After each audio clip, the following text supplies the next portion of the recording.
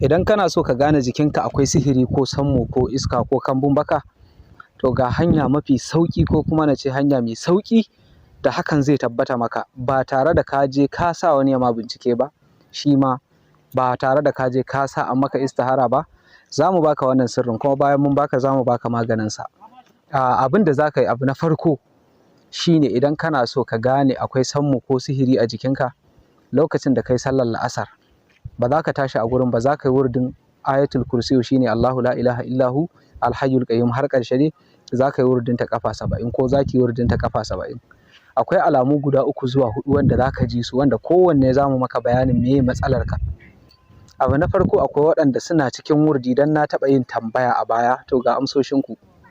Akwai wanda suna cikin wurdi sai su fara jin bacci ko hamma na farko. Akwai wanda kuma sai sun gama wurdin sai kaga suna jin bacci a lokacin, ko kuma jikinsu ya mutu ko zazzaɓi ya kama su ma a wasu.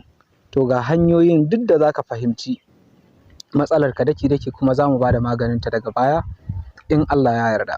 Abu na farko, duk wanda yake wurdi yana yawan hamma, wannan yana nunin ana masa sihiri amma binni.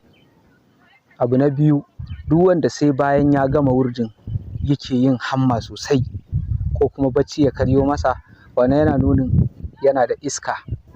Idan kuma sai ka gama wurdi sai ka ji jikinka ya mutu, wani ma zazzaɓi ya kama shi, to wannan yana nuna maka kana da kambun baka. Idan sai ka gama wurdi kake jin bacci jikinka ya mutu luƙus, ba ka iya komai a dalilin wannan wurdin da ka yi, to wannan ya nuna kana da kambun baka kenan. A cikin wannan alamomi idan baka ji komai ba har kai wannan wurdin kai fatiha ka tashi, ɗan uwa, 'yar uwa, baki da matsala ta fannin wannan. Kawai ki je ki nemi maganin duk damuwarki, amma ba wannan layin matsalar ba ne. Wannan matsala guda 3 zuwa 4, billahil azimu, matsawar dai kana da wannan iskar, to sai ya tabbata sai ka gani.